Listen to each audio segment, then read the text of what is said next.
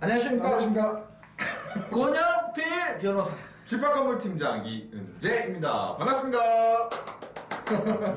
네, 변호사님. 자, 지난 시간에는 하자보수에 가름하는 손해배상 청구에 대해서 질의 시간을 좀 가져봤는데요. 자, 이번에는 건설 현장에서 빈번하게 발생하는 유치권에 대해서 유치권! 네, 한번 알아볼까 합니다. 유치권 중요하죠.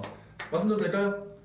예, 말씀해 주세요. 알겠습니다. 자, 변호사님, 건설 현장에서 유치권을 주장하는 사람들의 대부분이 공사업자인 것으로 알고 있는데요. 혹시 공사대금보다 하자보수에 가름하는 손해배상 채권액이 더 많을 경우에, 그러니까 하자보수에 대한 채권액이 더 많은 거예요. 공사업자가 유치권을 주장할 수가 있을까요? 이 동영상을 보시는 대부분이 건설업자, 이 유치권을 행사하시는 분인 것 같아요. 맞아요. 그렇기 때문에 제가 웬만하면 불리한 이야기를 안 하려고 했는데 이것은 어차피 이제 어쩔 수 없이 불리한 얘기인데 유치권을 주장하기 위해서는 나 유치권자야 라고 하기 위해서는 피보전 채권이 있어야 돼요. 피보전 채권이라는 것이 공사업자가 공사대금을 받지 못했을 때 유치권을 주장하는 것인데 그 공사대금이라는 게 있어야 되거든요. 그러면 도급인과 수급인 입장에서 수급인이 공사를 진행했는데 공사대금을 못 받았다고 지금 유치권을 주장을 하고 있죠. 근데 중요한 것은 이제 수급인이 공사한 부분에 하자가 발생하면은 도급인은 수급인에 대해서 하자에 가름하는 손해배상 청구권을 행사할 수 있어요. 맞습니다. 근데 수급인이 남아있는 공사 잔대금이 이제 뭐 1,000만 원이라고 칩시다. 1,000만 원을 위해서 유치권을 주장하고 있는데 이 하자에 가름하는 손해배상 채권 자체가 1,000만 원을 넘어가 버린다면 한 2,000만 원 정도가 된다면 상계, 우리말로 똔똔이, 우리말이 아닌가? 그냥 비속어. 그냥 똔똔이 돼버리면 결국 이 유치권자의 피보전 채권, 공사대금 채권이 사라져버리고 결국 유치권을 주장할 수 있는 채권 자체가 존재하지 않기 때문에 유치권은 인정받을 수 없다라는 것입니다. 상계가 돼서 유치권이 인정되지 않는다 라고 보시면 될 것 같아요. 어디가 법적인 용어로 써버리면 어떡해. 나는 똔똔이라고 소문했는데 또이 뭐. 하여튼 상계가 돼서 그렇게 됩니다. 알겠습니다. 그러면요, 하나 더 질문 드릴게요. 두 개 해도 됩니다. 알겠습니다. 두 개만 더 드리겠습니다. 타인 물건에 대해서 채권도 굉장히 중요한데 그 유치권 역시 하면 점유라는 것을 빼놓을 수가 없어요. 공사업자 본인이 지속적으로 직접 점유한 게 아니라 단지 뭐 컨테이너 박스를 가져두고 가끔씩 이렇게 왕래했을 경우에는 점유자로서 인정받을 수가 있을까요? 유치권을?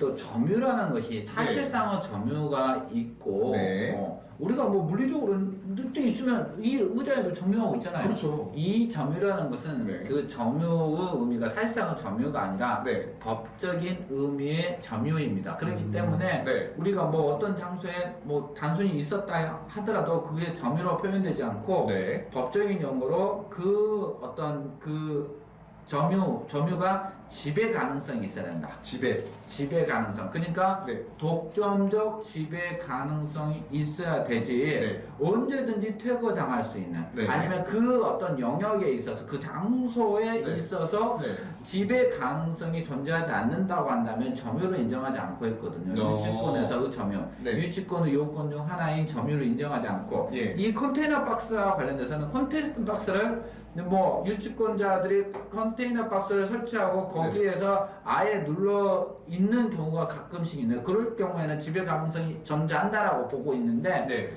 단순히 가끔씩 왔다 갔다 하는 수준 여기서 뭔가요? 단지 컨테이너 박스를 두고 왔다 갔다 하는 수준 그러니까 이게 무슨 뜻이냐고 한다면 이 컨테이너 박스는 있긴 하지만 다른 사람이 이 공간을 지배하고 점유하고 있는 것이지 이 사람은 이 공간을 단지 컨테이너 박스만 놔뒀을 뿐이지 지배 가능성이 없다고 해서 대법원에서 인정되지 않은 사람입니다.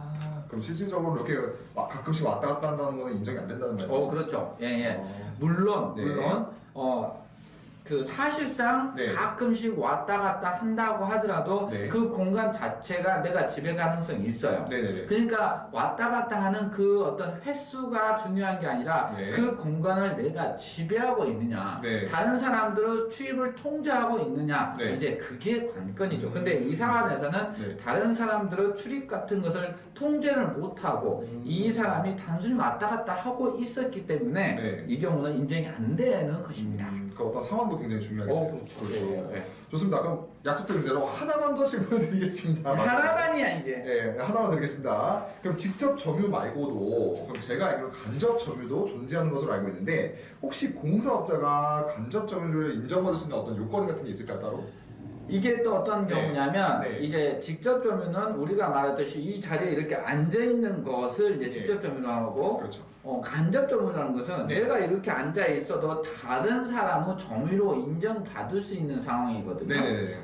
이것은 사실 법적인 개념이기 때문에 네. 법적으로 인정받을 가능성이 있어야 되고 네. 법적으로는 이 간접 점유자, 그러니까 다른 곳에 있어도 여기 점유하고 있는 것과 동일한 법률 효과를 발생시키는 것은 네. 이 직접 점유하는 사람에 대해서 간접 점유자, 다른 사람이 반환 청구권 인정되는 그런 상황. 그러니까 구체적인 예시로 뭐냐면 네. 이 그 공사업자가 직접 점유하지 않고 네. 다른 사람이 다른 사람이 직접 점유하고 있고 공사업자가 간접 점유를 하고 있다면 네. 이 공사업자는 이 직접 점유하는 사람에 대해서 목적물 반환 청구권을 행사할 수 있어야 되는데 네. 그 근거는 임대차 계약 같은 거, 임대차 사용대차 계약 같은 것이고 네. 만약에 이 직접 점유자의 임대차나 사용대차의 계약의 당사자가 이 공사업체가 아니라 네. 이 채무자, 소유자라고 한다면 네. 이 공사업자의 간접 점유는 인정되지 않는다라는 것입니다. 어떤 관계가 굉장히 명확하겠네요. 그렇죠. 법률적 관계가 명확해야지 네.